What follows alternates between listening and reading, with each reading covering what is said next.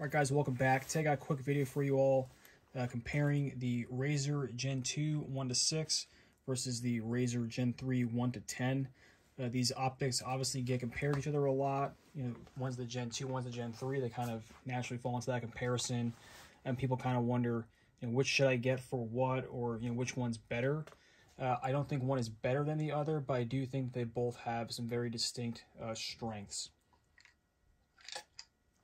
So they're both the same length overall, same weight. So take that off the table.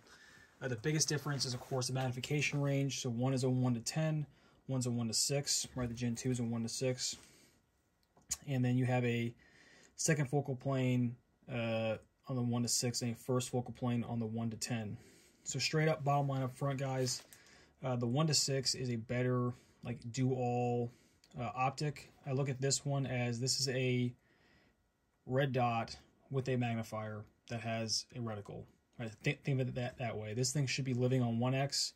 It does way better on 1x than the 1:10 because it is a second focal plane.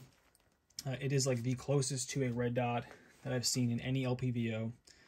The second focal plane has some advantages in that regard, right? So there's a good 1x picture compared to first focal plane, right? It's just a little bit better. What it also gives you is a usable reticle at 1x without any illumination. And then lastly, it's going to give you just a very, very simple reticle to use kind of like across the field. So I'll drop the reticle in here, kind of picture in a picture, if you will. And we see that all it is just mil hashes going down and out. It's very easy for the shooter to kind of understand what's going on there. There's nothing complicated, right? So this is really for your 100-yard and in gun with the ability to go out to, like, say 500. Some other things I like about this scope, brightness is super solid. The magnification adjustment is pretty tight. So I like that because if I was on, say, 6x and I slung it, there's less of a chance of it getting knocked down and then my holds aren't accurate. So in a second focal plane scope like this, these subtensions on that reticle, they are only accurate at max power. So if I was on 3, 1 mil is no longer 1 mil. It's a different size. So having this tighter rather than looser helps. So again, right, the 1:6, this is like your do-all gun. This is what you put on a gun instead of a red dot with magnifier. This is not like a long-range DM optic. So this replaces a aim point, replaces an EOTech, right? Either goes with magnifier, it replaces a 4-power ACOG, things like that. Like, that's what this does best, right? That's why I have it on this 14.5 gun. The Gen 3. Now the Gen 3 has some distinct advantages as well.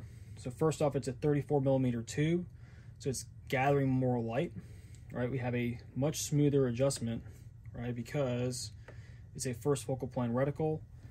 Right, so I want to be able to go quickly through, but also it doesn't matter, right? If I'm on 6 instead of on 8, all my subtensions are still accurate. It's a 1:10, so there's a lot more range to go through as far as magnification.